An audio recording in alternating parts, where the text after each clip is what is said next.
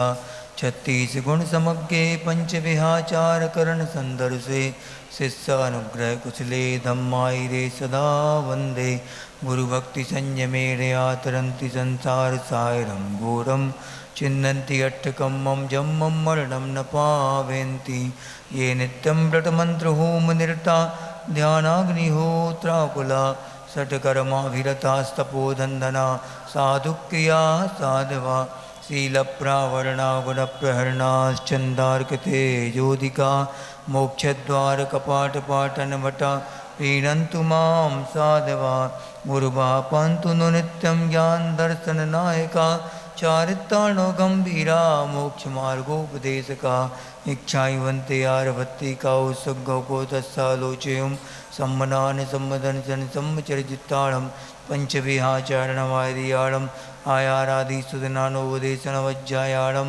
तीरनगुणपालनयाड़ं सम्पसाहूलं से अनिच्चकालम् अंचे मे पूजे मे वन्दामि नमंसामि दुःखखो कम्मखो बोहिलाओ सुखी गमनम समाहि मरणम जिन गुण संपत्ति हो मज्जम नमः श्री वर्धमानाय निर्धूत कलिलात्मने सालोकानां त्रिलोकानां यद विद्यादर्पणायते।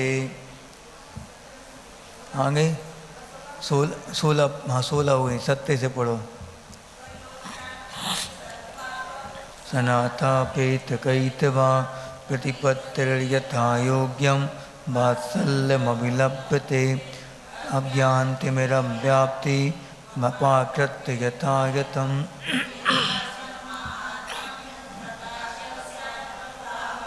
तावदञ्जञ्चोरोङ्गे ततोऽनन्तमतिस्मृता उद्दायनस्तृतीयेऽपि तुर्येरेवती मता ततो जिनेन्द्रभक्तोऽन्यो मारिसेनस्ततः परा।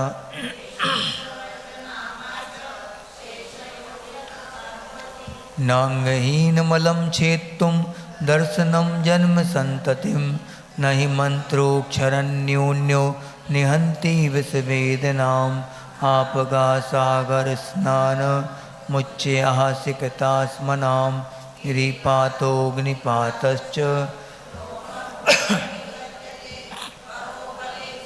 सावान् रागदेशमलीमसा देवता यदुपासीत देवतामूलमुच्यते सग्रन्थारम्भहिंसानां संसारावर्तवर्तिनां पाषण्डिनां पुरस्कारो येयं पाषण्डिमोहनं ज्ञानं पूजां कुलं जातिं बलमृद्धिं तपोवपुः अष्टावासित्रमानित्वं स्मयमाहुर्गतस्मया स्मयेन यो ननत्तेति धर्मस्तान् गर्विताशया सोत्तेति धर्ममात्मेयं न धर्मो धर्मकैर्विना यदि पापनिरोधोऽन्य सम्प्रदा किं प्रयोजनम् अथ पापस्सर्वोऽस्त्यन्य सम्पदा किं प्रयोजनं सम्यक् दर्शन सम्पन्न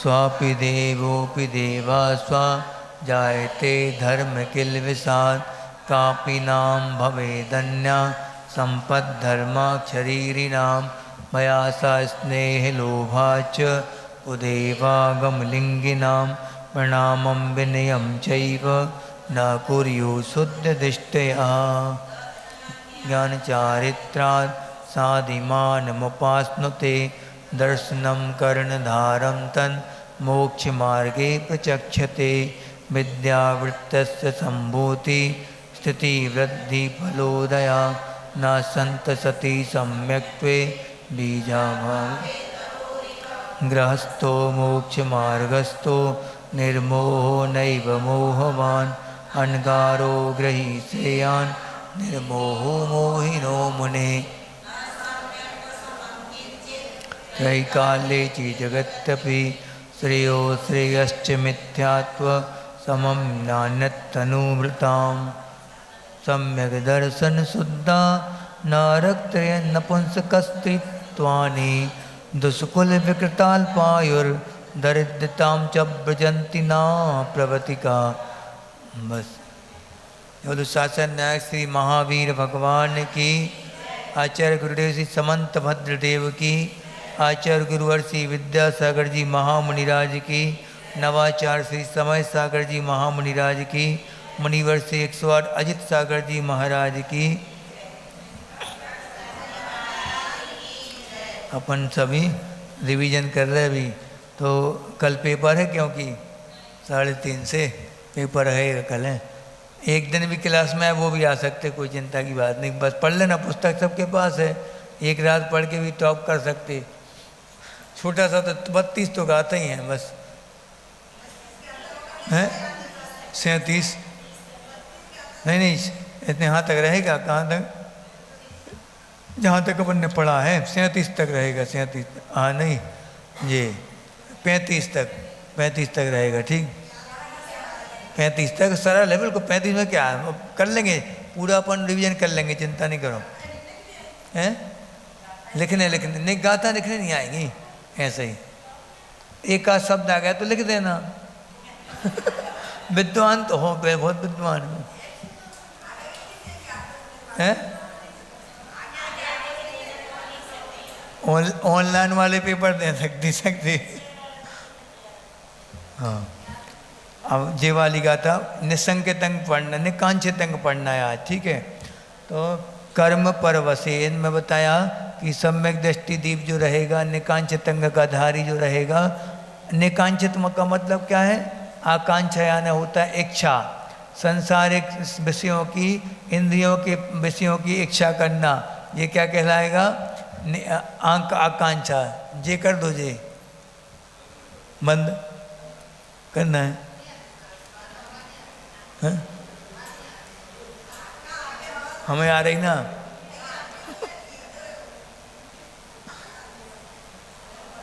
तो कर्म परवशी। अब यहाँ बता रहे हैं कि संसार के सुख कैसे हैं, ये बता रहे हैं यहाँ पे उनकी विशेषताएं।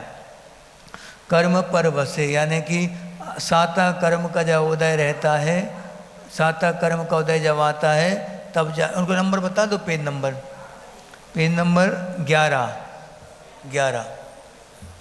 तो साता कर्म के उदय में सुख का अनुभूति होती है, ये हो गया। ठीक है, शांति यानी अंत से सहित हैं ये सुख।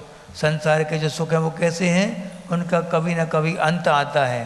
और दुख ही अंतरितोदय यानी कि दुखों से मिले हुए हैं, दुखों के साथ सुख का अनुभवपन करते हैं। जैसे कि भूख लगती जब, तो खाने के बाद जो तृप्ति लगती है, तो वो तृप्ति क्यों लगी? पहले भूखे रहने का दुख सहन करो, उसके बाद आपको खाने का सुख मिलेगा। अगर भूख नहीं लगेगी तो खाना की सुख मिलेगा? कभी लगेगा ही नहीं कि कोई खा लें, कुछ सुख ही नहीं मिलेगा। उस भोजन जो है सुख की अनुभूति कब देगा? जब वो भूख के दुख से पीड़ित होगा व्यक्ति, तभी जाके खाना से आपको तृप्ति होना है, खाने से। ध्यान रखना। इसलिए किसके ऊपर आधारित है ये सुख? दुख के ऊपर आधारित है, दुखों से मिला हुआ वो सुख है। कुत्ते को हड्डी खाने में सुख मिलता है शुरुआत में, लेकिन जब वो खाते खाते जब उसकी चमड़ा जो ऊपर का है, तब वो खा लेता पूरा हड्डी के ऊपर का। फिर बाद में हड्डी तो खा नहीं सकता वो, तो हड्डी चुपते चुपते उसके दांतों में क्या हो जाता? छीन लेता पूरे दांतों के लिए।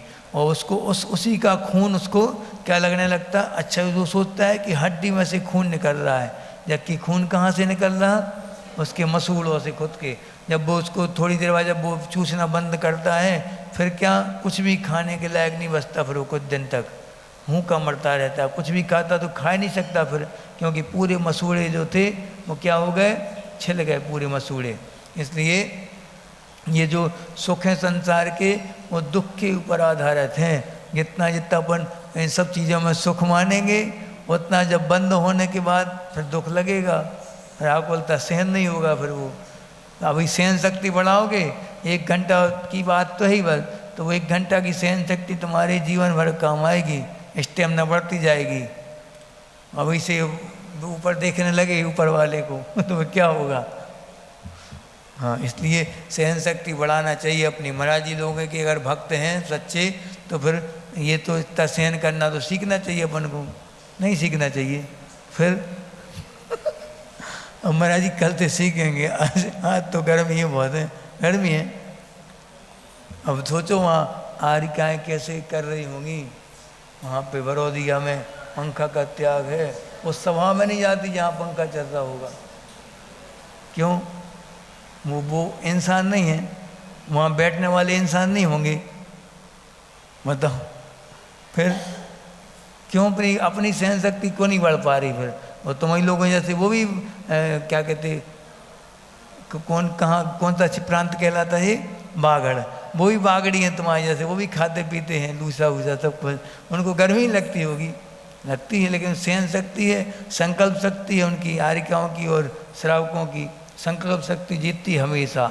जिनकी संकल्प शक्ति जबरदस्त रहेगी वो व्यक्ति हमेशा बिल्कुल उत्थान करेगा जीवन में अपने। कम से कम वो कुछ सीखे नहीं सीखे क्लास में, इतना तो कम से कम सीखे गए वो कि हमें कैसे सहन शक्ति अपनी बढ़ाना है, मुझे सबसे बड़ा पाठ कहलाता है। अभी भी एक आध उठ के कर दो, हाँ सहन शक्ति बढ़ाना चाहिए अपनी। अब कल से कम हो जाएगी संख्या नहीं कल तो बढ़ेगी, कल तो पेपर है, पेपर में गर्मी ज़्यादा लगेगी, तो कल हम वहाँ बैठ जाएंगे तो लोग करते रहना फिर जो करना हो तुम्हें। कर्म परवश यानी कि कर्माधीन है ये सुख, सभी सुख, और शांत यानी कि दुखों अंत से सहित हैं, प्रत्येक सुख का नियम है, उसका अंत निश्चित है। आप कितने ही कुछ भी चाहे पंखा की हवा हो या फिर कोई भी चीज़ आपको जो सुखकारी लग रही हो, कब तक लगेगी सुखकारी? भोजन कब तक अच्छा लगेगा? जब तक भूख नहीं मिट रही। भूख मिट गई तो एक गिलास भी खाना मुश्किल हो जाता है, सो ओ निकलेगा बाहर, कितने ठूस ठूस के खा लो आप। अब पेट तो पेट ही है, ऐसा तो नहीं कि थोड़ा खींच दो हाथ से तो फैल जाए और बन जाए जगह हाँ, वो धीरे धीरे खिंचता है, इकट्ठा नहीं खिंचता कि एक दिन में तो पूरा खींच के भर लो थैला, ऐसा नहीं होगा। थैला में तो भी भर सकते, पर पेट में उसकी सीमा होती, सांस लेने की जगह भी छोड़नी पड़ती, नहीं तो क्या होगा, सांस नहीं ले पाओगे फिर।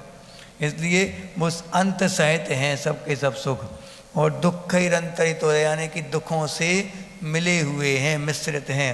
पाप बीजे, पाप का बीज हैं।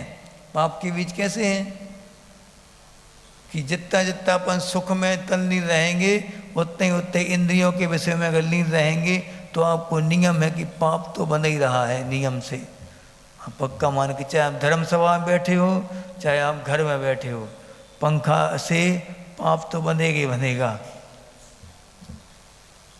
पाप बीजे सुखे ना अनास्था, माने सुख ऐसे सुख में जो कि कैसा है, कर्म सहित, कर्माधीन है, शांत यानी कि अंत सहित है, और दुख ही अंतरितोदय यानी कि दुखों से मिला हुआ है, और पाप बीज यानी पाप का बीज रूप है।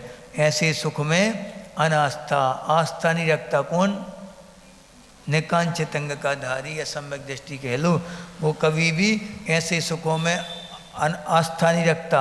श्रद्धान आकांक्षणा स्मृता, ऐसा श्रद्धान जिनका होता है वह कौन से निकांचित अंग का धारी होता है। ये समझ लेना अच्छे से, कौन कौन सी विशेषता याद कर लेना। हाँ, स्वभाव तो सुचव काय रत्नत्रय पवित्रते निर्जीव गुप्सा गुण प्रीतिर मता निर्वी चिकित्सता, यानी कि स्वभाव से कैसा है शरीर, काय माने शरीर, स्वभाव से अशुचि यानी गंदे शरीर में, मैले शरीर में, जो कि कैसा रत्नत्रय पवित्रते, रत्नत्रय यानी सम्यक दर्शन, सम्यक ज्ञान, सम्यक चारित्र, या फिर इसका दूसरा नाम क्या है, रत्नत्रय बोल दो, चाहे मोक्ष मार्ग बोल दो, चाहे श्रवण मार्ग बोल दो, ये कई बात है। रत्नत्रय कभी भी वस्त्रधारियों को रत्नत्रय नहीं हो सकता, कभी नहीं, चाहे ये लक्षुल्लक हों चाहे आरिकाएँ हों, कभी रत्नत्रय धारी नहीं कहलाएंगे वो। आरिकाएँ भी रत्नत्रय नहीं होता उनको, उपचार से महाव्रत होते हैं, बस उपचार कर लेते कि महाव्रत हो गए, क्योंकि महाव्रती के जो मूल गुण हैं वो उन पालन हो नहीं सकते कभी, उनके वस्त्रों का त्याग कभी हो नहीं सकता। कुछ भी कर लो आप, कितने ही तप कर लो, कुछ भी कर लो आप, वस्त्रों का त्याग नहीं हो सकता स्त्री पर्याय में। और दूसरी चीज़, बड़े बड़े जो योग आदि धारण करना है, जैसे ग्रीष्म काल ग्रीष्म योग है, शीत योग है, वर्षा योग है, ये धारण नहीं कर सकते। वो 4 महीने पेड़ के नीचे बैठ गए, अब हिलेंगे नहीं वहाँ से, वो आरिका नहीं कर सकते कभी भी। जो नियम रहता स्नान व्रत उनका हो नहीं सकता, उनको स्नान करना पड़ेगा महीने में एक बार। और अचेलकत्व नग्नत्व उसको स्वीकार कर ही नहीं सकती, वो पर्याय ऐसी है, क्योंकि कई मूल गुण उनकी कम है, इसलिए उपचार से महाव्रत बोला गया उनके लिए, पूरा महाव्रत नहीं हो सकता। तीर्थंकर भी क्यों ना हो, वस्त्रधारी हैं, घर में हैं, तो बंदनी नहीं है वो तीर्थंकर। बंदनी कब माने जाएंगे, जब वो दीक्षा लेंगे तब, उसके पहले कोई इनको नमस्कार नहीं करेगा। सम्यक दृष्टि जी देखो यहाँ बता रहे आगे कि निर्विचिकित्सा अंग का स्वरूप, स्वभाव से जो अशुचि है ऐसे शरीर में रत्नत्रय से पवित्र है, उसमें क्या करना, जुगुप्सा नहीं करना, गिलानी नहीं करना। जुगुप्सा है ना गिलानी, घिन नहीं करना उनको देख के, कैसे महाराज जी हैं बताओ, बदबू आती मुँह से, कितने गंदे लगते देखने में, नहाते नहीं ये लोग हैं, इनके शरीर से बदबू आती पसीने की, ये सब सोचना उनके बारे में क्या होगा, जुगुप्सा कहलाई वो। और निर्जुगुप्सा यानी गिलानी से रहित हो जाना। गुण प्रीतिर माने गुणों में प्रीति रखना, गुणों में जो प्रीति रखता है, गुणों में जो प्रेम रखता है, उसको क्या दिखते हमेशा, शरीर नहीं दिखता उसको, चलते फिरते भगवान दिखते, बिल्कुल साक्षात जैसे जिनेंद्र भगवान का रूप आ गया हमारे सामने, तब तो जाके वो सम्यक दृष्टि कहलाएगा। कि रत्नत्रयधारी कोई मुनिया दिख गए, उनको देख के क्या भाव करेगा, साक्षात जिनेंद्र भगवान हमारे सामने आ गए हो, ऐसे ही तो उनका रूप था, जैसा इनका रूप है, जैसे उन्होंने भी मुनि अवस्था मूल गुणों का पालन ऐसे ही किया होगा, ऐसे ही उनकी चर्या होगी, जिनको देख के और उनकी याद आ जाती है उनको, जिनेंद्र भगवान की। ये क्या कहलाते हैं, गुणों में प्रीति रखना। वो गुण कौन कौन से होते, गुण रत्नत्रय भी गुण हैं, या अशुचि भावना वाले गुण हैं, या फिर लोभ का अभाव हो जाना वो भी गुण हैं, कई प्रकार के गुण हो सकते। स्वाध्यायशील कोई व्यक्ति वो भी गुण है एक, और निर्विचिकित्सा अंग हो गया। अब इसके बाद अमूढ़ दृष्टि अंग का स्वरूप का पते पढ़ो,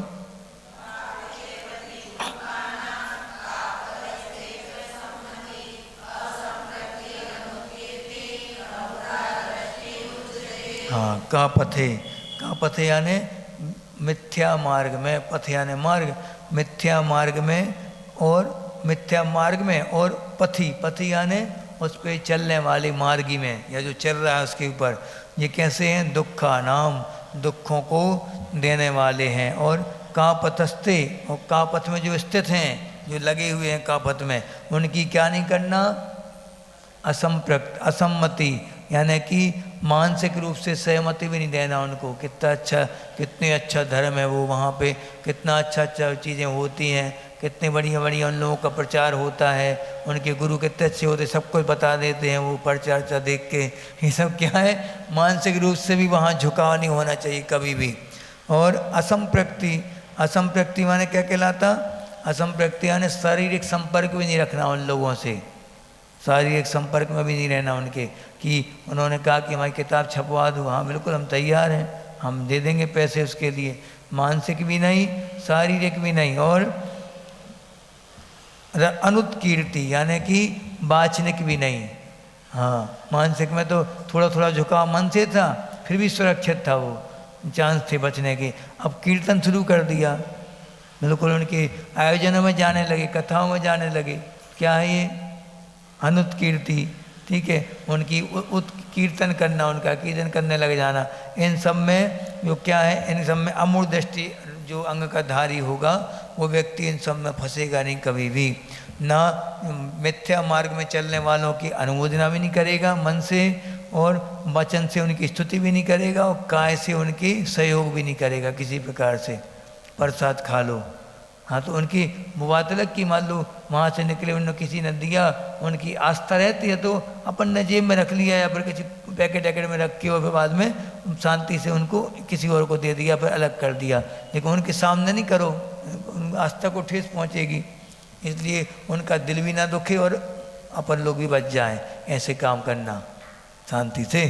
विवेक से करो। श्रावक इसी का नाम तो श्रावक है, घर में रह के भी और इन सब चीज़ों से बचता रहे, वो किसी को बुरा भी ना लगे, क्योंकि रहना सबको साथ में है। ऐसा नहीं कि तुम्हें मंदिरों में रहना हो, जैन समाज को उनको अपने मंदिर में रहना हो, सब साथ में रहेंगे, मिल मिल के रहो। बस जो मतभेद जो हैं, मतभेद को कभी जीवन में आपसी संबंधों में नहीं घोलो। मतभेदों के लिए मतभेद है, अपने अपने सबके अपने अपने धर्म में अपनी आस्था है, तो आस्था के लिए कभी भी सामूहिक संबंध में मत घोलो उनके लिए कभी। वो संबंध अलग चीज़ है, अपने व्यवहार अलग चीज़ है, और धार्मिक आस्था अलग चीज़ है, उनको कभी भी मिलाओ जुलाओ नहीं सबके लिए। अगर निजी जीवन में आप धार्मिकता लाओगे तो फिर विवाद होंगे हमेशा, हमेशा वो समाज में तनातनी मची रहेगी। हाँ, वो जबकि सनातनी है और तनातनी करते रहो तो क्या मतलब, ऐसा नहीं करना। अपनी अपनी आस्था रहती है। कोई आपके धर्म की निंदा करे, गुरुओं की निंदा करे, तो उनको एक बार समझा दो, भैया आपकी आस्था अलग है, हमारी आस्था अलग है, हम दिगंबरत्व को मानने वाले हैं, आप लोग वस्त्र सहित मानने वाले हैं, इसलिए अपने अपनी आस्था का सवाल है, हम वहाँ जाते हैं, हमारी आस्था उनके प्रति है। आपको चलना आप चल सकते, हमें मजबूरी क्या है किसी के, सब स्वतंत्र है। धर्मनिरपेक्ष राष्ट्र है भारत, सबके लिए अपने अपने धर्म की मानने की सुविधा है, स्वतंत्रता है, बोल सकते। हाँ, अब इसके बाद देखें तो अब उपगूहन अंग किसे कहते, स्वयं पढ़ो जी।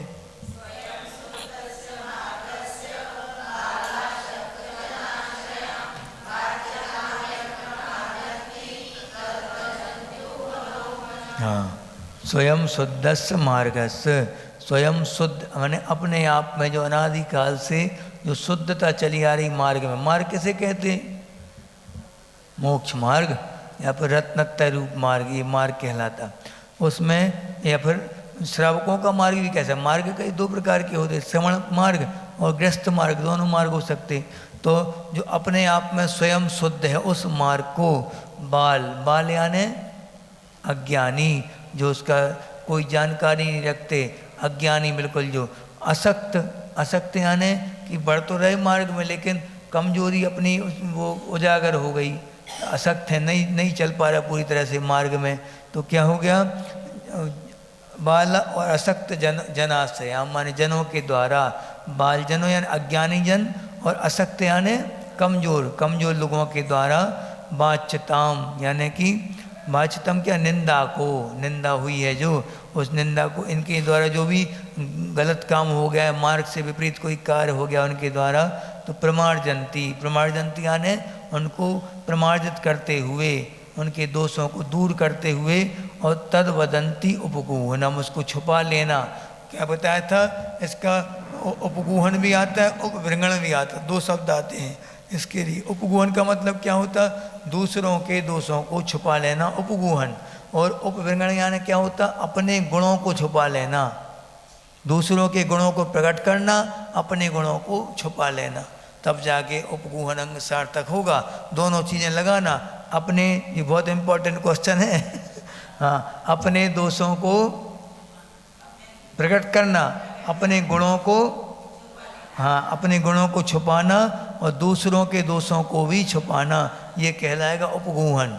ठीक है, ध्यान रखना ये बात, अपने गुणों को और दूसरों के दोषों को छुपाना। उपगूहन माने छुपाना।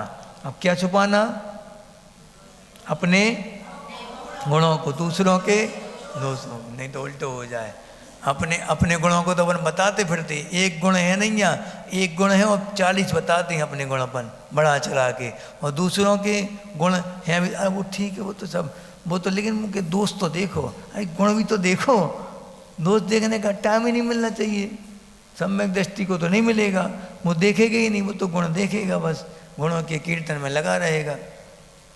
हाँ, और दूसरों के दोषों को छुपाने का मकसद क्या होना चाहिए, लक्ष्य क्या होना चाहिए उनके दोषों को छुपाने का, कि हम उसकी गलती अभी नेगलेक्ट नहीं कर रहे, उन गलती को छुपाते हुए और उसको वापस समझाते भी जाना। स्थितिकरण उपगूहन साथ में होते हैं। स्थितिकरण होगा, उपगूहन पूर्वक होगा, तब तो सही स्थितिकरण है, वरना तुम संभाल तो रहे हो और समाज को बताते भी जा रहे हैं, ये दोनों चीज़ एक साथ नहीं हो सकती। उपगूहन के साथ ही स्थितिकरण होगा हमेशा। हाँ, अब देखो आगे, वाच्यताम यत् प्रमार्जंती यानी छुपा लेना, और छुपा के उनको मार्जन करते जाना। अच्छे साफ करते जाना गलतियों को। तद वदंती उपगूहनम, उनको उपगूहनम कहते हैं। अब स्थितिकरण का पढ़ो शुरू।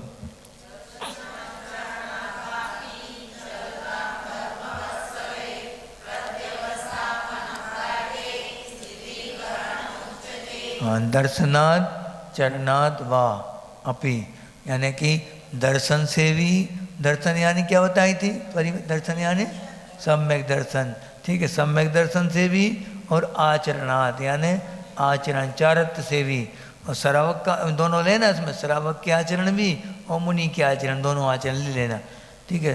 दर्शन से यानी सम्यक दर्शन से कोई विचलित हो रहा है, यहाँ वहाँ जा रहा है, या कीर्तन कर रहा है, मन वचन का ऐसे अनुमोदना कर रहा है मिथ्यात्व की, तो उसको क्या करना, सही सही तरीके से उनको संभालते जाना उनके लिए, और उपगोहन करते हुए उसको वापस सब समझाते हुए, गुरुओं से समझाते हुए वापस उसको अपने उस पर लाना। इसमें कौन प्रसिद्ध हुए हैं? स्थितिकरण में वारिसन मुनि 12 साल तक संभाला उन्होंने अपने सहपाठी के लिए। 12 साल क्या कहलाते, अपन तो एक दिन नहीं संभाल पाते, बच्चों को भी घर वालों को भी, और 12 साल तक कैसे संभाला होगा। एक विचलित हो जाते थे बार बार वो, फिर भी नहीं सब सही हो जाए, उनको विश्वास था अपने ऊपर कि हम सब इनको सही कर देंगे बिल्कुल।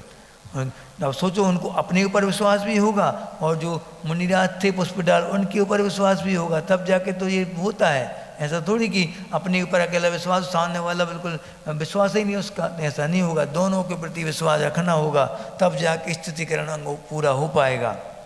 तो दर्शन से भी और आचरण माने चरित्र से भी अगर कोई भ्रष्ट हो रहा है, चलता में यानी विचलित हो रहा है, धर्म वत्सलई यानी धर्म वत्सलई यानी कि धर्म प्रेम के साथ, बिल्कुल पूरे वात्सल्य के साथ उनको प्रत्यवस्थापनम, प्रति अवस्थापनम यानी कि वापस ले आना, मार्ग में स्थिर कर देना, प्राज्ञ यानी कि विद्वानों के द्वारा, महापुरुषों के द्वारा स्थितिकरणम उच्यते, स्थितिकरण कहा गया है।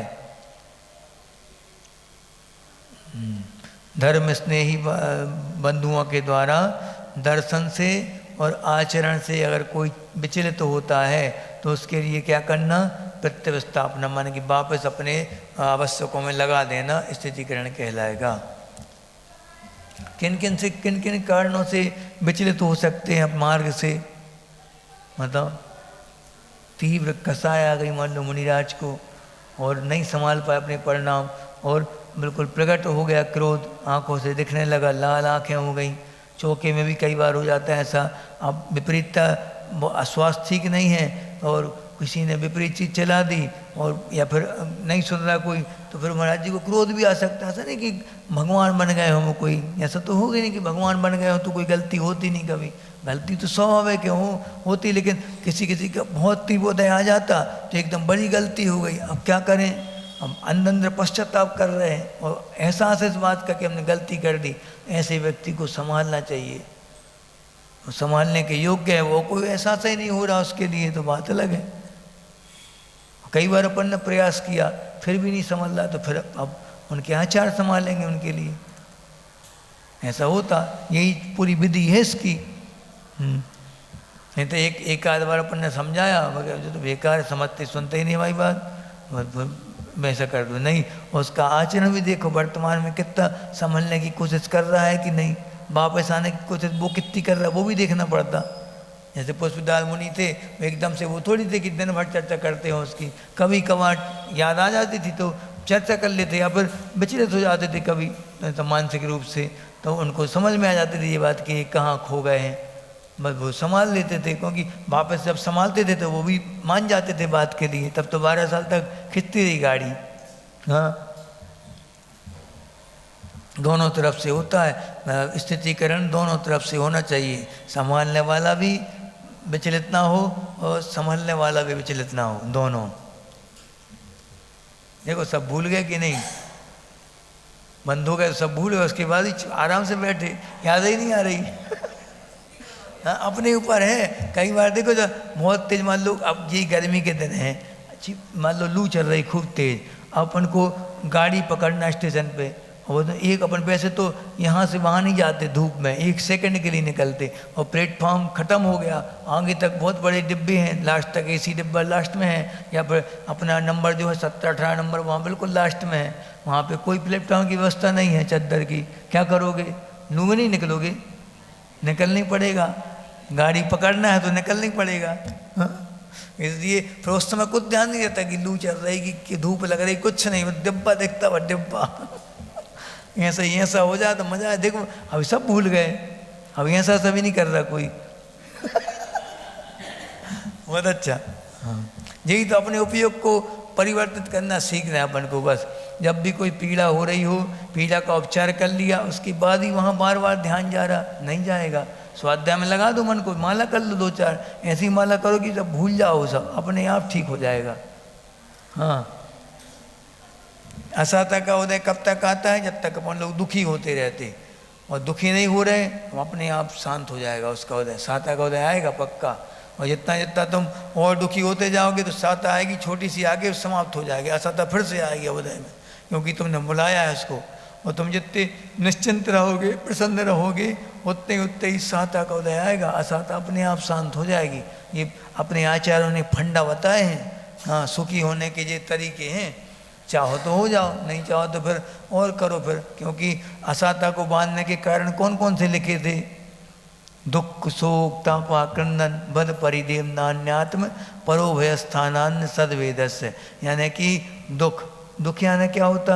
शारीरिक पीड़ा में बार बार उस तरफ ध्यान जाना दुख कहलाता। शोक किसे कहते? अपनी कोई प्रिय वस्तु बिछड़ जाए वो शोक कहलाता। बार बार उसी के बारे में सोचते रहे, शोक यानी सोच, उसी के बारे में सोचते रहो दिन रात। इससे क्या होगा? असाता बनेगी और ज़्यादा। जैसे मान लो हार गुम गया, अब जहाँ भी देख जाएगा वो हार ही देखेगा, यहाँ तो नहीं छुपा, बिस्तर के नीचे तो नहीं है, उनकी जेब में तो नहीं रख दिया, वो दिन रात उसी की तरफ। क्यों? इष्ट वियोग हुआ वहाँ पे, 8 ध्यान है वो। तो ये क्या? दुख शोक ताप किसे कहेंगे? अपनी कोई गलती, अपना कोई पाप समाज में प्रकट हो जाए तो उससे अंदर जलना, अंदर बिल्कुल पश्चाताप करना, वो कहलाएगा ताप। ठीक है। आक्रंदन यानी वीपिंग, जो से रोना है। आक्रंदन दहाड़ के रोना, जो महिलाएं एक्सपर्ट रहती हैं इसमें।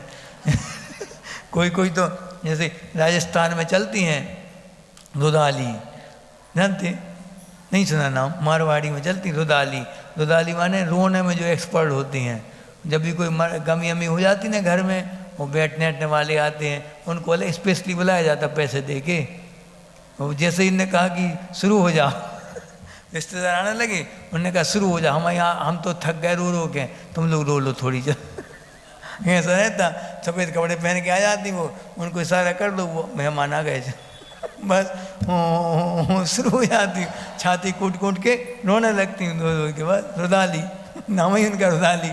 तो क्या खुद भी असाता बांध रही हैं, और जिन देख के जो रोते हैं लोग, उनको भी असाता बंधवा रही वो। हाँ, ऐसा रहता है। इसलिए कभी ज़्यादा रोना गाना, हमारे जब हम गृहस्थ अवस्था में थे उस समय दादाजी शांत हो गए। दादाजी शांत हुए, हमारा व्यर्थ हो चुका था उस समय, तो हमने पढ़ लिया था जी वाला सूत्र कि दुख शोक तापा के अंदर। तो अब एक आध हफ्ता ठीक है, रोने वाले बैठने वाले आ रहे हैं, 1 साल तक आते रहे। वो जब भी यहाँ से विदा दी फिर शुरू हो जाए। तो हम फिर गेट पे बैठने लगे कि आपको जाना हो जाओ घर में, मेहमानों से बोल दे, इस पर कोई हो चाहे कितने सगा मेहमान हो, वहाँ रोना गाना नहीं, ना उनकी चर्चा करना। तो हम काहे को आए फिर? तो नहीं यार जाओ, ये रोने को आए तो जाओ, फिर रुलाने को आओ तो जाओ। हाँ, पूरे घर का माहौल ख़राब कर रखा 1 साल 2 महीने हो गए, जबकि 6 महीने से ऊपर अगर बढ़ा तो वह क्या होगा? अनंतानुबंधी बनेगी। आप सोच लो, 6 महीने तक लक्ष्मण जी ने लक्ष्मण की लाश लेके फिरे थे वो। हाँ, 6 महीने से ऊपर नहीं हो सकता। 6 महीने के पहले समझ जाएंगे वो। 6 महीने भले 1 घंटा कम हो, समझ जाएंगे वो, अंतर्मुहूर्त पहले समझ जाएंगे। 6 महीने से जैसे ही ऊपर हुआ अब अनंतर, अब हो नहीं सकता उनके लिए। महापुरुष थे, उसी भाव से मोक्ष गए वो। अब प्रत्याख्यान का उदय था, अब प्रत्याख्यान का उदय कब तक चल सकता? 6 महीने के पहले। हाँ लेके घूमे, उनको खिलाते पिलाते सब कुछ करते थे, बलदाव भी और वो भी रामचंद्र जी भी। हाँ दोनों के यही हाल, छाया सम्यक दृष्टि राम, छाया सम्यक दृष्टि थे, उसी भाव से मोक्ष जाना पक्का 100%, फिर भी यही हाल है। मतलब क्या बोले हम, यही तो मोह की महिमा इतनी खतरनाक होती है। और अभी तो अप्रत्यक्ष ज्ञान थी उनके पास, अनंतानुबंधी नहीं थी, लेकिन अप्रत्यक्ष ज्ञान तो थी। जब तो संयम नहीं ले पा रहे, जब तो कोई प्रतिमाधारी भी नहीं बन पा रहे थे वो। ठीक है आगे बढ़ो चलो, कहाँ तक पहुँची थी जी। हाँ वात्सल्य का, कि वात्सल्य का सुई, हाँ पढ़ो जी, सुईध्यान।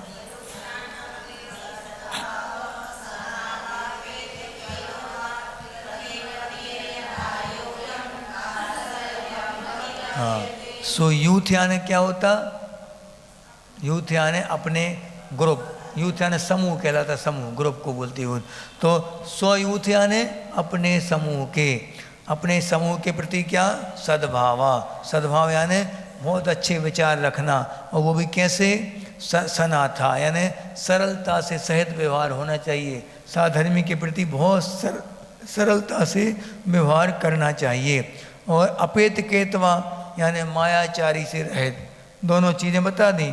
मायाचारी नहीं रहेगी तो अपने आप सरलता आएगी, तो पहले मायाचारी से रहित हो जाओ, तब जाके आप साधर्मी से बात करने योग्य बन पाओगे। सम्यक दृष्टि का वार्तालाप कैसा होता, मायाचारी से रहित होता। अब दोनों के मन में मायाचारी भरी है तो वो सम्यक दृष्टि थोड़ी है, वो कैसे वात्सल्य देगा फिर उसके लिए, क्योंकि जब तक मायाचारी रहेगी तब तक अंतरंग के भाव प्रकट होंगे नहीं कभी, और अंतरंग से जब तक विनय नहीं होगी गुणों के प्रति, जब तक कभी झुकाव होगा नहीं। कितने ही आप झुक लो, क्योंकि झुकने वाला हमने क्या बताया था, जितना जितना झुकता है उतना ही जबरदस्त वार करता है। कौन, तीर, चीता और बगुला, ये तीन चीज़ें जो हैं जितनी जितनी झुकेंगी उतना ही जबरदस्त वार करेंगी। तीर को, कमान को जितना ही झुकाओगे आप उतना ही तेज चलेगा वो, उतनी ही दूरी तक वार करेगा। ऐसे ही बगुला जब चीता जो आता है पास में शिकार उसके, जब बैठ जाता है, वो बैठ क्यों रहा है, वो झुक रहा है, वो उसके सम्मान में झुक नहीं रहा, वो देख रहा है कि हमारी छलांग वहाँ तक पहुँचेगी कि नहीं, और पास आने दो और पास आने दो। जैसे ही उसकी रेंज में आता है वो झपाक से वो वार करता, वो जितना झुकेगा उतना ही खतरनाक वार होगा उसका। ऐसे ही क्या बताया, शेर, बगला और तीर, ये तीन चीज़ें जो हैं जितना झुकेंगी उतना ही। ऐसे ही हर झुकने वाला विनयी हो जाए ये नियम नहीं है, ध्यान रखना। इसलिए वात्सल्य भी मीठा मीठी बोलने वाला के वात्सल्य प्रेम हो ऐसा नहीं, कड़वा बोलने वाले वात्सल्य रख सकता आपके प्रति। हाँ अनुशासन में रखेगा वो। जैसे महाराज जी लोग कई बार अनुशासन बनाए रखने, आपको सही राह पे दिखाने के लिए क्या करते, वात्सल्य के साथ डांटेंगे। आचार्य से भी डांटते थे खूब, उनकी डांट तो ऐसी रहती थी कि पसीना तुरंत आ जाता था बिल्कुल उसी समय, ठंडी के दिन में भी कितनी ठंड हो, अच्छी शीतलहर भी चल रही हो तो ऐसे देख ले वो बीच में तपा लग जाते थे तुरंत। ऐसी आचार्य की आँखें, वैसी बड़ी बड़ी आँखें थी उनकी, बहुत सुंदर सुंदर, ऐसे देखते थे जाओ बिल्कुल सबके भाग जाते थे वहाँ सब महाराज जी लोग।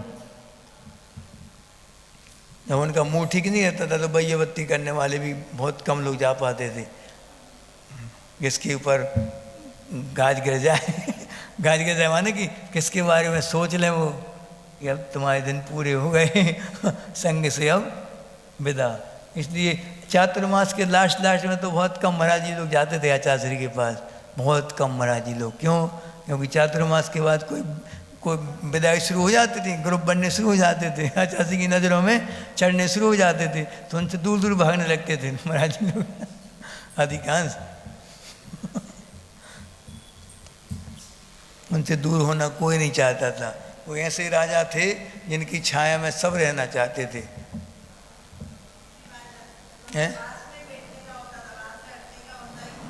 क्यों होगा, तुम में कैसा सम्मोहन है या है कोई जादू तो ना। उनका वात्सल्य बहुत जबरदस्त रहता, मालूम नहीं पड़ता था कि सामने वाले को कि हमारे प्रति क्या सोच लिया चाची ने। जैसे कोई महाराज जी के मान लो बहुत अंतर आ रहे तो उनसे कुछ नहीं बोलेंगे, उनके सुनते जाएंगे और महाराज जी लोगों से बोलेंगे क्या कर रहे हो आप लोग, कोई साथ में क्यों नहीं जाता उनके आया कराने, यही बात चल है तुम्हारा। और मैं धीरे से बोल दिया कि उनको अभी कमज़ोर हो रहा है शरीर, उनको थोड़ा वो हलवा वगैरह चला दिया करो, थोड़ी गैस चीज़ अच्छा आधार बन जाएगा उससे। वो सब जानते थे क्या चलाना, कब चलाना, कैसे चलाना, किसके बाद सब कुछ मालूम था क्रमबद्ध। उनको नहीं मालूम पड़ेगा महाराज जी को, सब कुछ चल जाएगा उनको अपने आप। ऐसा होता था, गुरु जी के काम निराले थे, मालूम नहीं पड़ता कि कितनी वैयावर्ती कर दी उनने कितनी, वो तो इतना ही पूछ लें कि तुम्हारा स्वास्थ्य ठीक है, बस अंतर आने बंद हो जाते थे। हमने कई मुनियों को अपने ऊपर खुद अनुभव किया इस बात का, खूब ज़्यादा अंतर आते थे। रामटेक की बात है, जब दीक्षा हुई थी नई नई, दीक्षा के बाद अब एक आध महीने तक तो अंतराय बिल्कुल नहीं आए, फिर जब अंतराय आने शुरू हुए, ऐसे अंतराय आए हर 3-4 दिन में, 2-3 दिन में लगातार अंतराय, पूरे अंतराय, बिल्कुल ऐसे सूख के कांटा हो गए थे पूरे हम। अब और खड़े होकर समय कर रहे थे एक बार पेड़ के नीचे, आचासी जंगल करके आए दोपहर में, हम खड़े थे वहाँ 2.5 घंटे की समय कर रहे थे। आचासी ने दूर से देखा, ऐसा कर, आचासी की आदत थी थोड़ी ऐसा करके देखते हैं कि ये कौन से महाराज जी खड़े हैं, नीरा सागर से लग रहे हैं वो दूर से देखने में, मैंने पहचान लिया उनने। और किसी महाराज जी ने कहा आचासी बहुत अंतर है, महाराज जी को बहुत अंतर है, अब सब ठीक हो जाएगा, घबराओ नहीं, ऐसा बोल दिया बस। और अगले दिन से अंतरा बंद। फिर तुम ऊधम करोगे तो बात अलग है, उनकी कृपा तो हो गई, अब तुम्हारे ऊपर है, ऊधम करोगे तो फिर होंगे। हाँ, तो ये बता दिया कि असाता के कारणों से दूर रहना चाहिए अपन को, दुख सुख तापमा क्रंदन बद यानी प्राणों का उपयोग कर देना किसी से, अकेला मार देना बद नहीं कहलाता। बचनों की मार सबसे खतरनाक मार होती है, सबसे खतरनाक मार बचनों की, उससे कोई बच नहीं पाता। जैसे वो शेर वाली कहानी नहीं पढ़ी आप लोगों ने, पढ़ी, बाद में बताएंगे, चलो हमारे अंदर अब जो कोर्स कर लो, नहीं तो शेर आ जाएगा, कल पेपर है। हाँ, तो अपने साधर्मी के प्रति सद्भाव रखना।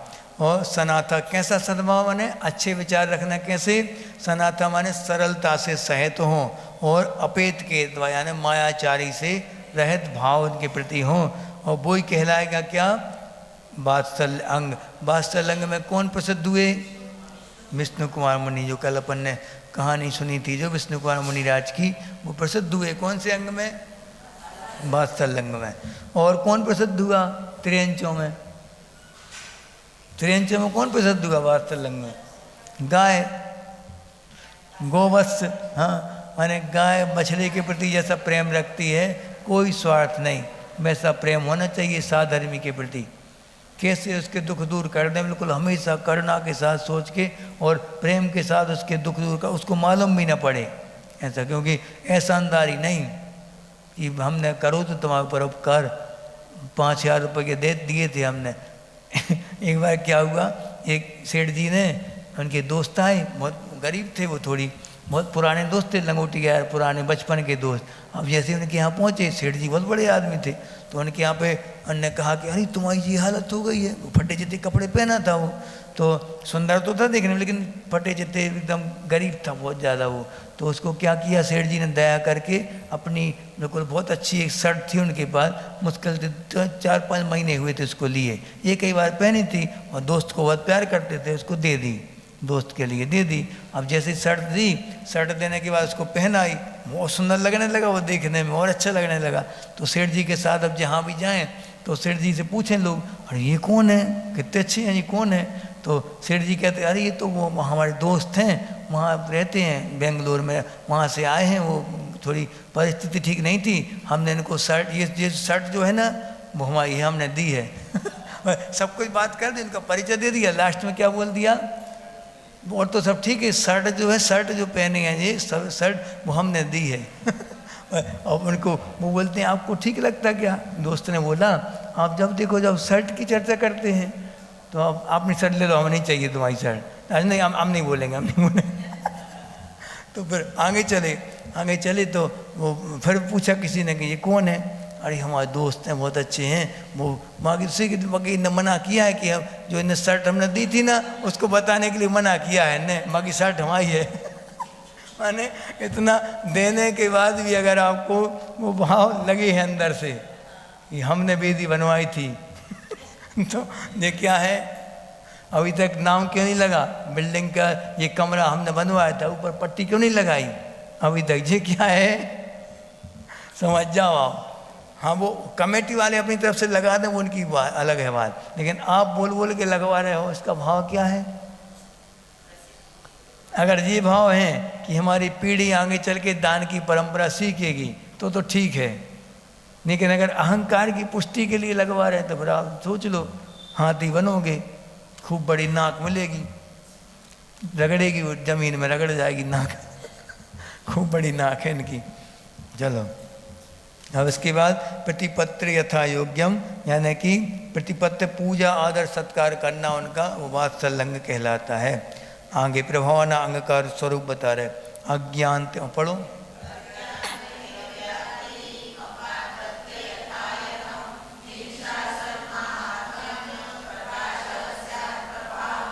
हाँ, अज्ञान रूपी अंधकार जो व्याप्त है उसको क्या करना, अपाकृत्य मान नष्ट करके, अज्ञान रूपी अंधकार को दूर करके, यथायथम, यथायथम क्यों बोला, यथाशक्ति, जितनी शक्ति उससे और ज़्यादा करना चाहिए।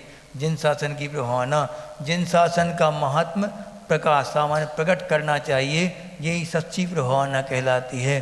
कि जिनेंद्र भगवान के मत में कितने अणुव्यत कौन से होते हैं, पापों से दूर कैसे होते श्रावक, श्रावकों का जीवन कितना व्यवस्थित, जैसे कि आर के मार्वल की मिसेज जो है, क्या नाम उनका, सुशीला पाटनी, उन्होंने एक बार प्रतिमा ली थी, कहाँ की बात है, खजुराहो, याद नहीं, शायद खजुराहो बीनावाड़ा की बात है शायद, तो वहाँ पे उन्होंने प्रतिमा ली, 2 प्रतिमा के व्रत लिए, और प्रतिमा के व्रत लेती परीक्षा हो गई। कैसे कि उन्होंने उनका बच्चा जो था उसने मम्मी को बहुत चाहता था, वो उसने क्या टिकट बनवा लिए, उत्तरी ध्रुव है जो क्या कहते हैं उसको, साउथ है वो, नॉर्थ जो दुनिया का अंतिम छोर कहलाता है, जहाँ पे बर्फ़ जमी रहती है, अंटार्कटिका वगैरह, वहाँ अंटार्कटिका, तो वहाँ जाने का उसने टिकट बुक करवा लिया था, पूरा आने जाने का सब कुछ, पूरी प्लानिंग, कौन सा होटल वगैरह सब कुछ बुक हो गया था पूरा, करोड़ों का काम था वो, करोड़ों रुपए लग चुके थे उसके। तो माँ से फ़ोन आया वहाँ से किशनगंज से कि माँ हमने वो टिकट बुक करवा लिया, अपने पूरे चलना है, अपन को इतनी तारीख को चलना है। माँ ने क्या बोला, हमारी 2 प्रतिमाएँ हो गई बेटा, और हमारा भारत से बाहर जाने का त्याग हो गया, हम सीमाएं बांध ली, क्योंकि व्रती जो होगा दिग्व्रत, देशव्रत, अनंत व्रत, ये दिग्व्रत यानी क्या होता, दिशाओं की सीमा मान लो, उत्तर में कितना जाना, दक्षिण में कितना, पूरब में कितना, पश्चिम में कितना, सभी की सभी सीमाएं बांध लेता वो व्रती अनुव्रती, सोचो 2 प्रतिमाधारी। अब उनने क्या बोल दिया, हमने अपने भारत की लिमिट मान दी है, इससे आगे हम नहीं जा सकते, आप लोग चले जाओ। तो उसने क्या कहा, बेटे ने, बेटा भी जमदार था, उसने बोला, उसी वक्त उसने पूरी की पूरी टिकट सब कुछ कैंसिल करवा दिया, मम्मी नहीं जाएंगी, कोई नहीं जाएगा। देखो तो कभी गुस्सा नहीं आएगी चाची ने क्या कर दिया, प्लान फेल कर दिया हमारा, कोई और होता तो बैर मान लेता गुरुजी से, इनने पूरा प्लान कैंसिल करवा दिया हमारा, बिल्कुल गुस्सा नहीं आई, शांति के साथ क्या बोलते हैं वो बच्चे ही बोलते कि आप नहीं जाएंगी मम्मी तो हम लोग भी नहीं जाएंगे, स्पष्ट हो गया। देखो ये परीक्षा घड़ी रहती, इससे क्या होता, प्रभावना इससे होती, प्रभावना चरित्र से प्रभावना होती, अपना जैसा व्यक्तिगत अपना चरित्र जैसा होगा कैरेक्टर, उससे प्रभावना होगी। और अब रात्रि में भोजन करने वाले और जैन वो नाम लिखते कि हमको ने पूछा कौन हो आप, और रात में खा जा रहे हैं, पूछे कौन हो, हमारा नाम फलाने जैन है। अब वो कहेगा जैन है, रात में खा रहे हैं आप, कैसे जैन है, आलू प्याज सब खा रहे हैं, घर में खा लो, लेकिन कम से कम सबके सामने या तो खा तो बस ये नहीं बताओ कि हम जैन हैं। हाँ खान साहब है, कोई बोल कुछ ही बोल दिया, कम से कम ये नहीं बोलो कि हम जैन। वहाँ तुम रात में खाओगे और सब कुछ कर रहे हो, वहाँ पे डिनर मिनर सब कर रहे, रात्रि भोजन की, शादी में गए होते ऐसी शादी में जहाँ रात में सब हो रहा है बफर सिस्टम, और फिर कह रहे कि हम जैन हैं, कैसे चलेगा फिर ये।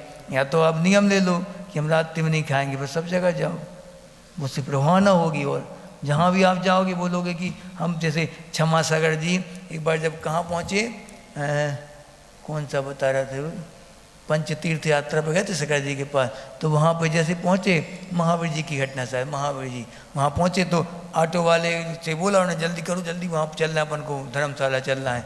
जैसे ही बोला, अब ऑटो वालों क्या कहता है, हाँ बैठिए जैन साहब जल्दी बैठिए। अरे हमने अपना परिचय नहीं बताया, कुछ नहीं किया, आप कैसे ही समझ गए जैन साहब हैं हम। तो उसने क्या बोला ऑटो वाले ने, आपकी 5 बजे की आकुलता देख के हम समझ गए कि आप जैन हैं। जैन लोग कभी रात में नहीं खाते। तो महाराज जी बोलते हैं हमें उस समय ऐसा लगा कि क्या अपना धर्म है, ये अपनी साख थी पहले, जैनों की साख। एक कोई जैन अगर गवाही दे देता था अगर कोर्ट में, तो फैसला ऑन द स्पॉट होता था सीधा, कि जैन झूठ नहीं बोलेगा। गवाही तुरंत, बिल्कुल, फिर कोई सुनवाई नहीं होती थी, फैसला सीधा। ये जैन ने गवाही दे दी, माने फैसला हो जाता था। ये अपनी साख थी। सर सेठ हुकुमचंद जी अब इंदौर के जो सबसे बड़े सेठ थे, उनकी वो साख थी। उनकी बिना ड्राइवर अकेला चला के गाड़ी निकल रहा है, मान लो उनकी नंबर की प्लेट गाड़ी निकल गई वहाँ से, और किसी को फांसी दी जा रही हो, फांसी की सज़ा कैंसिल हो जाती थी। वो रुतबा था जैनों का। आप सोचो अब क्या है, अब क्या है। सबसे ज़्यादा कोर्ट का कचहरी में जैनों भाई भाई के केस डले होंगे वहाँ खूब सारे। ऐसा, इसलिए अपन को ये सब प्रभावना के अंग हैं, इन सब से भी प्रभावना होती है, करना चाहिए, अपन को बचना चाहिए अप्रभावना से। आचार्य जी कहते कि अप्रभावना से बचना ही सच्ची प्रभावना है। पीछे छुप के क्यों बैठे लोग, सामने बैठ जाओ आके। मोबाइल वोबाइल तो नहीं चला। हाँ देखो, तावदंजन चोर होंगे तत्व अनंत मति स्मृता। पढ़ो जी वाला दोनों।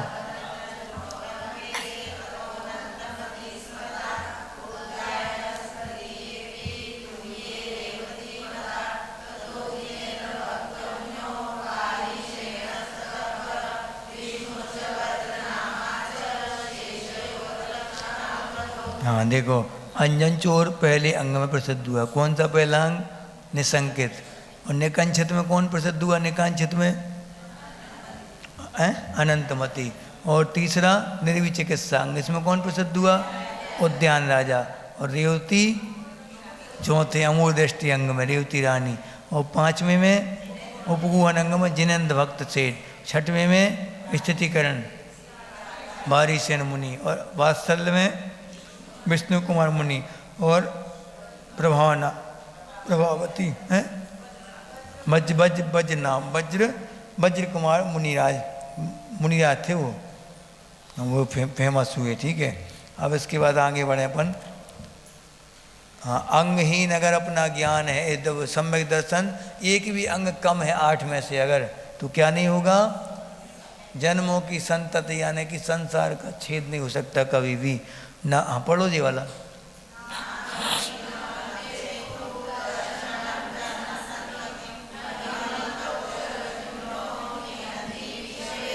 हाँ, अंगहीन अलम, अंगहीन यानी ना अंगहीनम अलम छेत्तुम, माने कुछ भी करने में समर्थ नहीं है। कौन? अंगहीन व्यक्ति जो होता है। अंगहीन यानी एक आँख, एक 8 अंग होते हैं अपने शरीर के, 8 अंग में से एक भी अंग, मान लो पैर कम है तो वो उसका गंतव्य तक पहुंचेगा? वो नहीं पहुंच सकता। मान लो आँख कम है तो वो भी सही, वो भी विकलांग माना जाएगा, सकलांग नहीं माना जाएगा। और यहाँ पे क्या बोल रहे? 8 अंग में से एक भी अंग कभी कम नहीं होना चाहिए। एक भी अंग कम है तो वो सम्यक दृष्टि नहीं कहला सकता। पूरे के पूरे 8 अंग उसके अंदर होना चाहिए। ना ही इसमें उदाहरण क्या कर दिया? जिस प्रकार हाँ अक्षर से, ये अक्षर से हीन या फिर अक्षर से ज़्यादा अक्षर हो या फिर कम अक्षर हो, तब भी वो निहंती विष वेदना, विष की वेदना को वो मंत्र दूर नहीं कर सकता कभी भी। जैसे गरुड़ मंत्र, बिच्छू ताड़ने का मंत्र है, ये सब मंत्र पढ़ते हैं और तुरंत विष का असर खत्म हो जाता।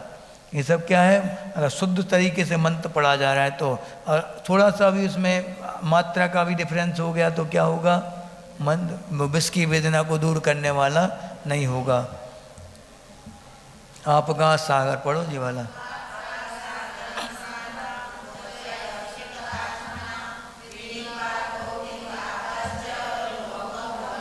हाँ, आपका यानी नदी, सागर। अब जी लोक मूर्त आ गई, 3 मूर्ताओं का वर्णन आ गया कि नदी में, सागर में स्नान करने से कभी भी। और स्नान तो करने के मना नहीं कर रहे, नदी में स्नान करने का मना नहीं, समुद्र का मना नहीं कर रहा है स्नान, लेकिन उसमें ये मान्यता करके स्नान करना कि हमारे सब पाप धुल जाएंगे, हम तीर्थों में स्नान कर रहे हैं, ये मान्यता से स्नान नहीं करना बस।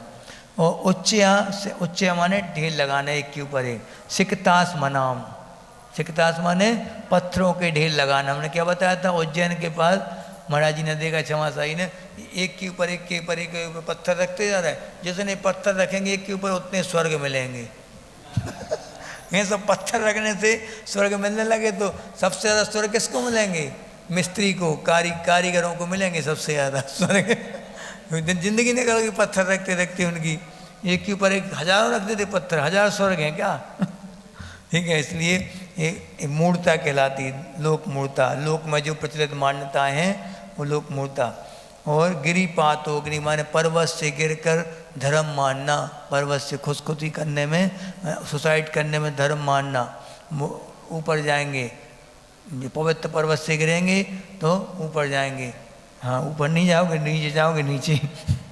और अग्निपात माने अग्नि में जलना। पहले के देखो सती प्रथा शुरू हुई थी कि किस लिए हुई थी वो सती प्रथा, पहले सती क्यों अग्नि में अपना वो करती थी, जोहर करती थी, क्योंकि कोई शत्रु राजा ने आक्रमण किया राज्य के ऊपर, और शत्रु राजा ने आक्रमण करके राजा को मार दिया, बंदी बना लिया, तो उसकी जो रानियां थीं या फिर जो स्त्रियां थीं तो वो क्या करती थी, अपने शील की रक्षा के लिए हमारा शील गलत हाथ में ना पड़ जाए, हमारा ब्रह्मचर्य नष्ट ना कर दे, इस भावना से वो अपना जोहर करती थी अग्नि, जलती हुई अग्नि में या फिर कुआं आदि में, ऐसा करती थी।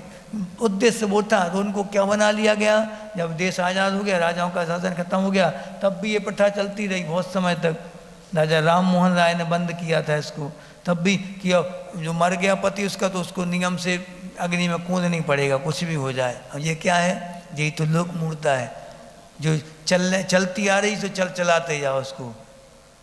उनमें शादी होगी, उनमें नहीं होगी शादी, जैन में इतने मतभेद हो जाते, ये सब लोक मूर्ताएं हैं, इनको नहीं तोड़ेंगे तो मिथ्या दृष्टि कहलाएंगे फिर। अब आगे बढ़ो। अब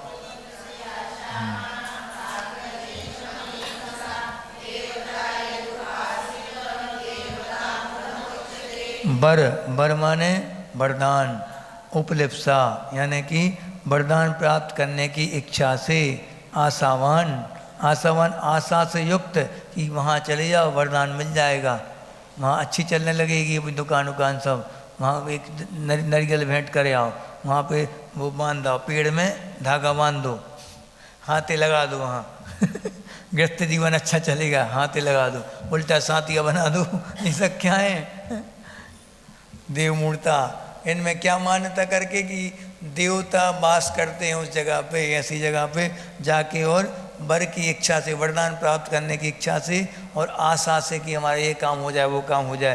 राग द्वेष मली मसा, यानी कि राग द्वेष से मलिन जो देवी देवता हैं उनकी आराधना करना। यदि उपासित, यदि आपने उपासना करी तो देव मूर्ता में आएगा। आप सोच लो कितने सारे देव, और देव हमने क्या बताया था, देव, अदेव, कुदेव और देवादिदेव, ये 4 प्रकार के देव होते हैं।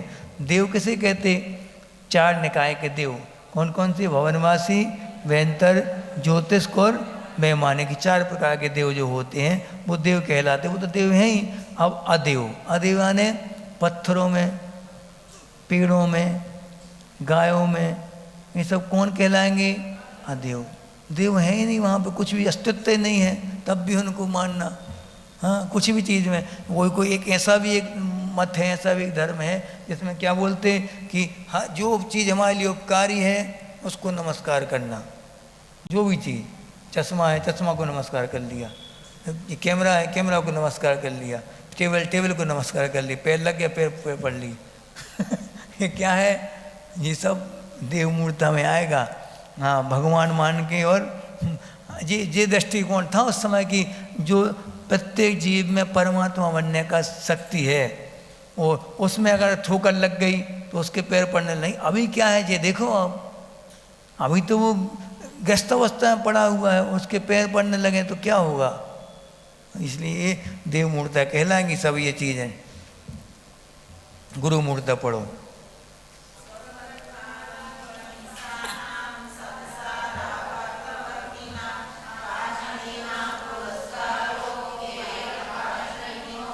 हाँ, सग्रंथारम, ग्रंथ यानी परिज्ञा, परिज्ञा से जो सहित होते हैं, तनोतन परिज्ञा रखे हैं, खेती बाड़ी रखे हैं, मोबाइल रखे हैं, लैपटॉप रखे हैं अपने पास, और हिसाब किताब देख रहे अपने हाथ से लिख रहे हैं, वो बैंक के अकाउंट है जिनका, तो उनको क्या बोलेंगे? सग्रंथारम, माने परिज्ञा से जो सहित हैं, और हिंसा आदि आरंभ में लगे हुए हैं, हिंसा पाप के कार्य में लगे हुए हैं। संसारा वर्त वर्तिना, माने संसार में भ्रमण के कारणभूत, संसार में भटकाने वाले ऐसे कार्यों में हमेशा लगे रहते।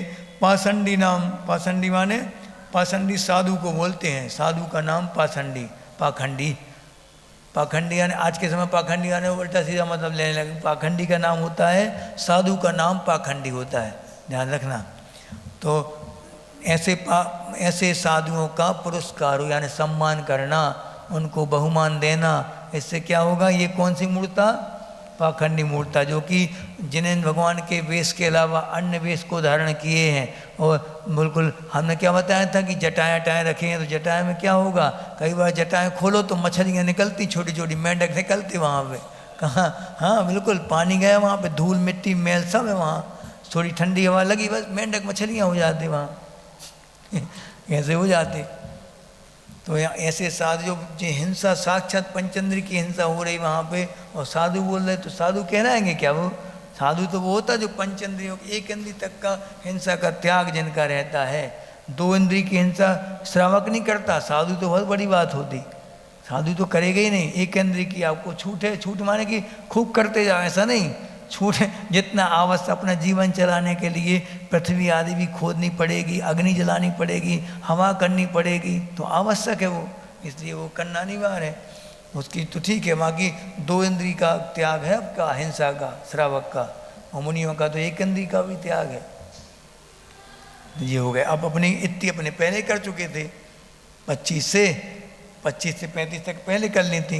देखो 8 प्रकार के मद होते हैं, ज्ञान का, पूजा का, कुल का, जाति, बल का और रिद्धि का और शरीर का। 8 मद हो गए। मद यानी अहंकार। और मद करने से क्या हानि होती है? हाँ, अगर हम 25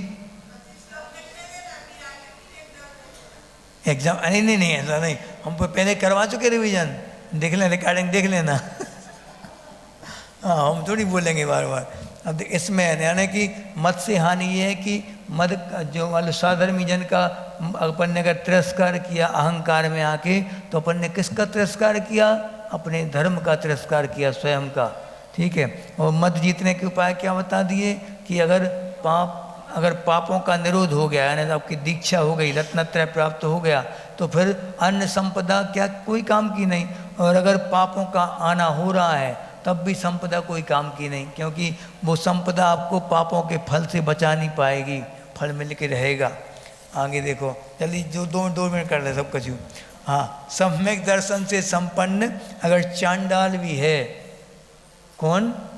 चांडाल की देह में उत्पन्न, चांडाल के कुल में उत्पन्न होने वाला कोई जीव है और सम्यक दर्शन से संपन्न है, तो उसको देवता भी उसके लिए नमस्कार करते हैं। ठीक है, ये बता दिया। और इसकी काय की उदाहरण दिया गया, गूढ़ा गारान तरोजतम, राख में जैसे राख के अंदर चिंगारी दबी रहती है, दिखती नहीं है, और जैसे ही चिंगारी थोड़ी सी राख हटाई, चिंगारी अपने आप प्रज्वलित हो जाती। ऐसे ही चांडाल की देह में भी सम्यक दर्शन से संपन्न एक आत्म तत्व बैठा हुआ है। हाँ, अब कुत्ता भी देव बन जाता है और देव भी कुत्ता बन जाता। कुत्ता देव किसके प्रभाव से बन सकता है? धर्म के प्रभाव से। जीवनधर स्वामी ने नमोकार मंत्र सुनाया था, तो कुत्ता भी क्या बन गया था? देव। और देव भी कुत्ता बन सकता है, किसके प्रभाव से? धर्म के प्रभाव से कुत्ता देव। और किलविष यानी पाप के प्रभाव से देव भी कुत्ता बन सकता है। हाँ, अब इसके संपद धर्माक्षरीरी नाम, यानी कि शरीरधारी जीवों के लिए संपद। और कौन सी संपदा हो सकती है इससे बड़ी? ठीक है, आगे भय से, माने भयभीत होकर कि हमारा कुछ करना दें वो देव, हमारा कुछ करना दें उनके गुरु, ऐसे इस और आशा से, कुछ पाने की इच्छा से, स्नेह से उनसे बहुत लगाव है, देख झांकी माकी देख ली, बस अब उनसे लगाव हो गया, उनको प्रणाम कर लिया, उनकी विनय कर ली। तो प्रणाम और विनय नहीं करेगा और लोभ में आके कभी भी कुदेव को गुरु और को शास्त्रों को नमस्कार नहीं करेगा, ना उनकी विनय करेगा, ना प्रणाम करेगा। ठीक। अब दर्शनम ज्ञान चारित्र, दर्शन और दर्शन क्या माने सम्यक दर्शन ज्ञान और चारित्र से श्रेष्ठ कहा गया है। ठीक है। और इसलिए इसको काय की उपमा दी गई है, कर्णधार, यानी कि खेवटिया की उपमा किसको दी गई, सम्यक दर्शन के लिए। मोक्ष मार्ग में खेवटिया के समान खेने वाला होता है ना, जो नाव खेने वाला, वो कौन है, सम्यक दर्शन है, संसार से पार कराने वाला। और अब सम्यक दर्शन के बिना चारित्र और ज्ञान नहीं हो सकते। क्या था कि विद्या वृत्त संभूति स्थिति वृद्धि फलोदया ना संत सती सम्यक्ते बीजा भावे। जिस प्रकार बीज के अभाव में, बीज के बिना पेड़ नहीं हो सकता, उसी प्रकार सम्यक दर्शन के बिना ज्ञान और चारित्र कभी हो नहीं सकते। और ना ज्ञान और चारित्र की संभूति मानो उत्पत्ति भी नहीं होगी, स्थिति यानी रुकेगा भी नहीं, और वृद्धि भी नहीं होगी, फल भी नहीं कुछ मिलेगा। बता दिया। आगे कौन सी चीज़ श्रेष्ठ है, कौन माने कौन पुण्य रूप है, कौन पाप रूप है, बता रहा है। सम्यक्त के समान किंचित माने कुछ भी, तीन लोकों में और तीनों कालों में सम्यक्त के समान उत्कृष्ट चीज कुछ नहीं है, और मिथ्यात्व के समान कोई जघन्य चीज या नीच चीज कोई भी नहीं है मिथ्यात्व के समान, याद रखना। अब बस हो गया पूरा, और क्या आती सी तो बात, तुम लोग कितने घबरा रहे थे बताओ, 2 मिनट का काम है। सम्यक दर्शन शुद्धा, यानी कि सम्यक दर्शन तो जो शुद्ध है, सम्यक दृष्टि कहाँ कहाँ नहीं जाता, ध्यान से सुनना।